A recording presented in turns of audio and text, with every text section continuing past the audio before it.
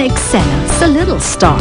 Hatid sa inyo ng new best ever Sunsilk at Tide.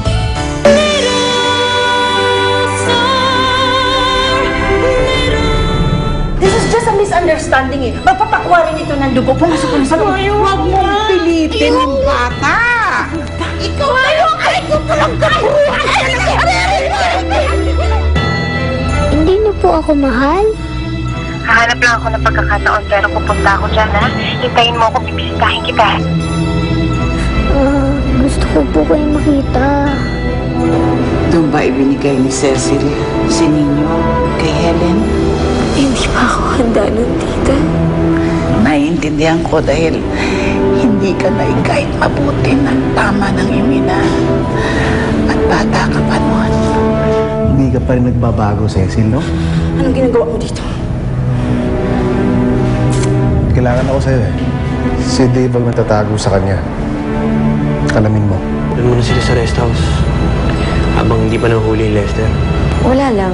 Naisip ko siguro na mas makakabuti para kay Nino kung makita niya si Helen. Ano naman ang kapalit? Kahit anong kailangan mo. Sabihin mo lang gagawin ko. Basta kailangan mo malaman kung naan si Paula. Kasi may dapat kang malaman. Ano yun? Si Lester, pumatay ka na tatay at siya, Ruby. Hahanapin niya ako kahit saan ako magtago. Hindi niya ako papatahimigin.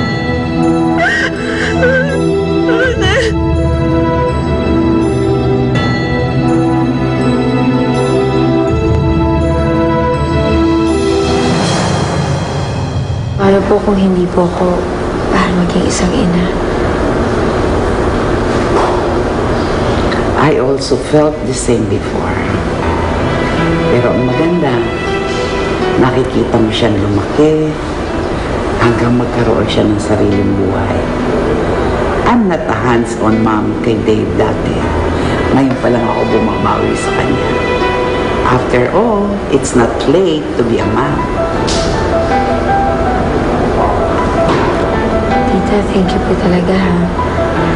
Na-appreciate ko po to. Actually, ngayon ko lang nasabi mga gusto kong sabihin. Kaya lang naman kasi nakinig sa akin.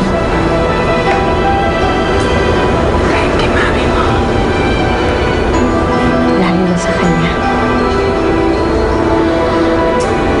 I hope magkabalikan kayo ni Dave. Para sa ganon, mas magkaroon ako ng pakikialam. Dahil magiging mami mo rin ako. I always wanted to have a daughter.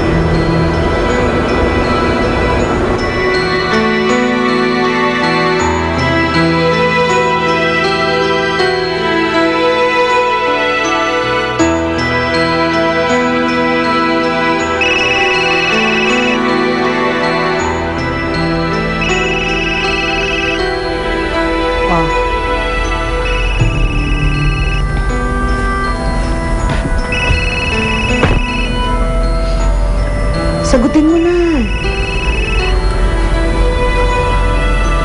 Hindi ko alam kung ano sasabihin ko, Nay. Aba, di sabihin mo yung totoo. Na pinalayas tayo ng nanay niya at kailangan natin ng tulong niya para mahuli si Lester.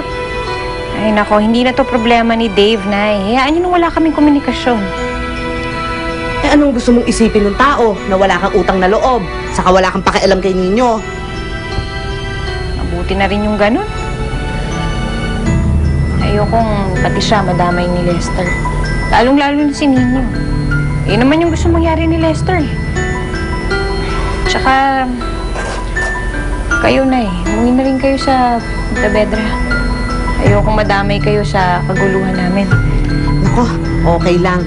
Mas gusto ko na itong buhay na to, exciting. Saka, isa pa, matanda na ako, hindi kita iiwan. Ano nang balak mo? Gusto kong maging normal ang buhay namin dalawa ni Paula. Maghahanap ako ng trabaho. Paano si Lester? Di kung mahanap niya ako, haharapin ko siya. Magtutuos kaming dalawa. Siguradong may matutumba sa amin isa. Hindi ko alam kung sino, Pero isa lang ang nasisigurado ko. Matatapos na to.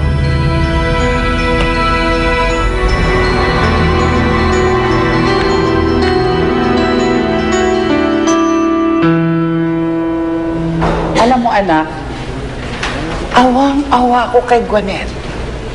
I hope she learns to be independent para mawala na siya sa kanyang stage mother.